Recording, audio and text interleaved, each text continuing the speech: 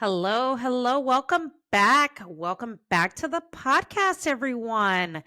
2025. I am so excited that I am recording again as far as podcast episodes. I have so many exciting things to get you guys just updated on. So, yes, I had to take some time off for January to kind of get things up and running and to bring you guys some awesome updates for the release of some really great stuff that's happening on the Rare Mama podcast. So, first and foremost, hope you guys had a great holiday. Holidays are very tough for me because, especially being a special needs mom, it's tough because the holidays for special needs parents looks a little different sometimes. So, it was tough because of some deaths that I've had in 2024 and just gearing up for all the things that I was ready to accomplish for 2025. Like January has come and gone. So super, super excited. And next month is my birthday. I can't believe it. I'm turning 47 years old. And yeah, I am slowly creeping up to that 50, that 50. So another milestone there. So yeah, so let me kind of update you guys on what's going on the Rare Mama podcast. So the Rare Mama podcast is live officially on YouTube. So make sure you check out the show notes. There is a link to subscribe to the YouTube channel. I got so many good things that are going to happen on the YouTube channel. So I am introducing a series that I'm dropping every single Friday. It's called Bear It All Fridays. So that's where I will read emails. I will read different stories on special needs parenting. I'm still doing a segment on fatherhood. So I'm trying to confirm a couple of guests. Their fathers. Doesn't necessarily have to be special needs fathers, but I want to talk about the father's perspective of parenting because I think it's something that is very taboo and we need to bring more awareness on. Okay, because we hear about moms, but we got to talk about those dads that are there. They step up and they are there like 100% of the way, taking care of their kids and just managing life, in fatherhood, just like we do in motherhood. So make sure you subscribe to the YouTube channel. I am super excited about this venture. Like YouTube is like my favorite go-to on learning things. So I'm going to be dropping a lot of educational stuff. So of course you'll see the video portions of the podcast on YouTube as well, because those are longer form.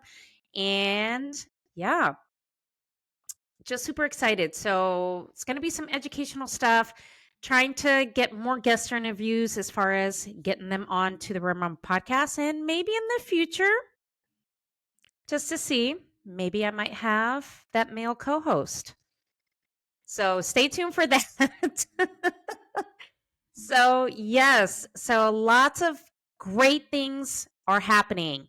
Now, the second update I want to give you is the Rare Mama podcast is now on TikTok. Yes, I know there's a lot of controversy on TikTok. I did have a backup account just in case, because I have a pretty decent sized audience for another niche that I do talk about on the CT Educator, which I also have a podcast on that, where I talk about all the radiology CT scan things. So that has its separate audience. So what I've taken is some of the videos that I've done on parenting and things like that, and podcast episode clips that I've put on that page, I have completely removed them. So the Rare Mama podcast has its own TikTok page. So make sure you follow me on TikTok because I will be doing a lot more content there and just talk about all the special needs parenting stuff. And of course, we're going to give some love to the dads. Okay. So you dads listening, you're going to get some love on TikTok. Okay. So those are the most exciting things that are happening. And also, I have an Instagram page for the Rare Mama podcast. It was my own private Instagram page. That is now public. So you can go ahead and follow me on all those socials at the Rare Mama. So make sure you guys check all that stuff out. It's in the show notes. Give me a follow, subscribe to this podcast because it keeps all this content going, and share it with somebody that needs to hear this stuff. Okay. So let's get in today's episode. Today's episode, we're going to be talking about mental health and how to manage mental health, as a special needs parent, whether you're a father, a mom, doesn't matter, and how to communicate what it is that you need with, your supportive tribe or even your partner if you're in a relationship, in a marriage, whatever the case may be. So, as mothers and as fathers and as parents of special needs children, our mental health tends to suffer, especially when we receive a diagnosis, if we see that our children are not hitting the milestones, or if they're behind, or we can't get them some kind of service or some kind of therapy, or they have to have another surgery. All those things can affect our mental health, because we are so ingrained and just encompassed on taking care of all the needs of our children who require different types of needs. And a lot of times there's lacks of services, there's lack of support, there are lack of therapies, or, funding when it comes to government funding and budget cuts and things like that, which there's a lot of talk, right now with, the new presidency and things like that. There's a lot of stuff in the media that people are genuinely worried about, right? And the feeling of being drained and burnt out because you're trying to figure out how to make your child's life better. How are they going to thrive? What do you need in your home to make it more, accessible and just, environment adaptable friendly, that they can get around, and that you have, a feeding chair, or you have, a chair to bathe them. Whatever the case may be, that can really stress you out and your mental health can suffer when it comes to that. So I'm going to be giving you a few tips to kind of work through these things and how you can communicate these things, whether it's to friends, family, your supportive community that you have, that you lean on, whether it's other parents that are experiencing the same thing, or even, your partner, your husband, your wife, somebody that you're in a relationship with, on how you can communicate those things. So first and foremost, you have to take care of yourself. Now, a lot of people will stand up and say, oh, this is selfish, and, you're a parent and you should be, the kids come first. Okay. I'm going to tell you right now that stigma is fucking bullshit, and stop. Okay.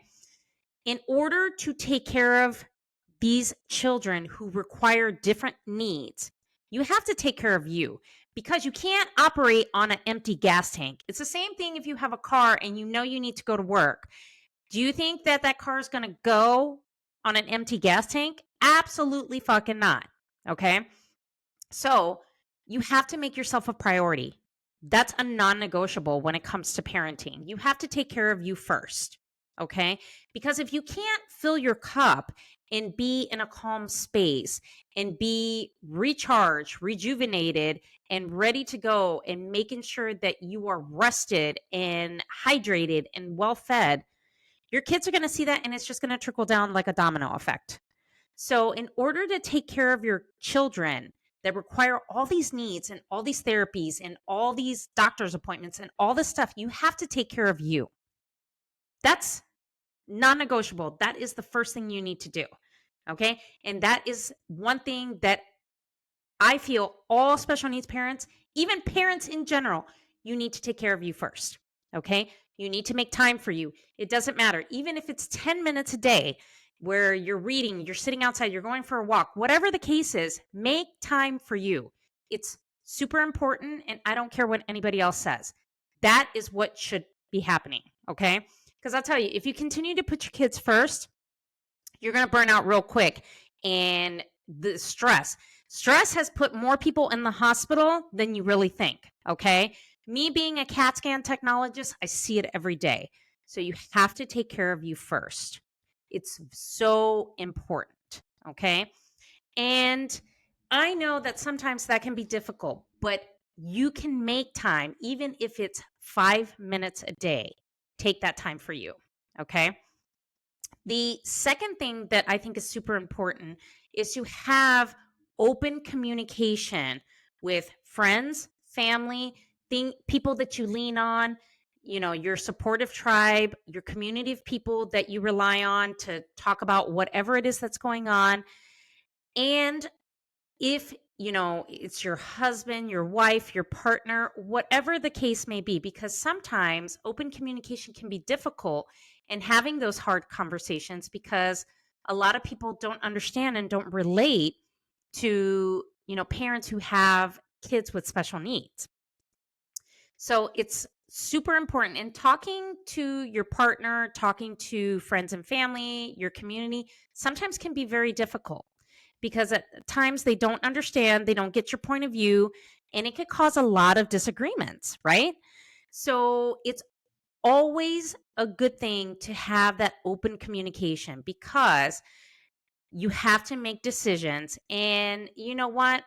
And when you ask people, okay, I need opinions on this, to take everybody's opinion because at the end of the day, it's your decision on what you make. Okay. So, open communication is so important. So important. Okay. So, because those hard conversations can be really tough, but they can mean a lot and put you in the right path when you have that and you have that support. Okay. Which comes to my final tip is to have a support system. So, support system, whether it's friends, family, if it's a Facebook group with parents, that have the same type of needs that your child has, um, whether it's, your partner, your husband, your wife, whatever the case is. And what's also important is to really dig and find those services. I know this is a very trying time right now, but there are services and there is help out there that you can seek. Okay. Respite care. I can't stress enough when it comes to respite care. Respite care is one of the most useful things every special needs parent can utilize because it lessens the stress. You have somebody that's very neutral and can just kind of take over so you can get the much needed rest that you need. There's even respite workers that if you need to go to the grocery store for like 30 minutes, they can go ahead and make sure that your child is taken care of. And of course there's all that interview process and you have to make sure that um, you interview these people well and make sure it's a good fit and things like that. So there are services in respite care and support systems out there. There's tons of Facebook groups that you can join and ask questions. I know I'm a part of a few Facebook groups with, the C6 moms because my daughter does have a chromosome 6 deletion. It's my 13-year-old daughter. So there are support groups like that. And I found that there is just a wealth of information. There's also, if your child has a feeding tube, there's tons of Facebook groups with feeding therapy families, feeding families, G-tube families. All that stuff is such a great resource. And I know from time to time, I go ahead and ask questions, sometimes if something's wrong with my daughter's G-tube or if you're looking for supplies, there are tons of supportive communities out there that will help you on that. Okay. So my takeaways is prioritize yourself. Okay. If you are in a marriage, you're in a relationship, there's a lot of back and forth about prioritizing your relationship, that the relationship has to be happy and then the kids are going to be happy. Here's my personal opinion. I believe in that statement because you can't sacrifice your relationship, your marriage, and yes, we do have to attend to the kids. And yes, if you're a single parent and you get involved in a relationship, of course, you're always going to make sure that your children are taken care of all the time. Okay. But You have to prioritize you. You have to prioritize your relationship because the children are going to thrive that way. And I believe that statement. Some of you are going to disagree, and that's completely fine. But I agree with that because I have expertise in that, where you prioritize yourself, you prioritize your marriage, your relationship, things are going to be just great. And children are going to thrive because when they see that mom or dad are happy and this person makes them happy and that other person complements their life, you're going to have a happy family. Okay. So, and on top of that, support system, open communication. Those are the takeaways of this episode that are super important when it comes to your mental health.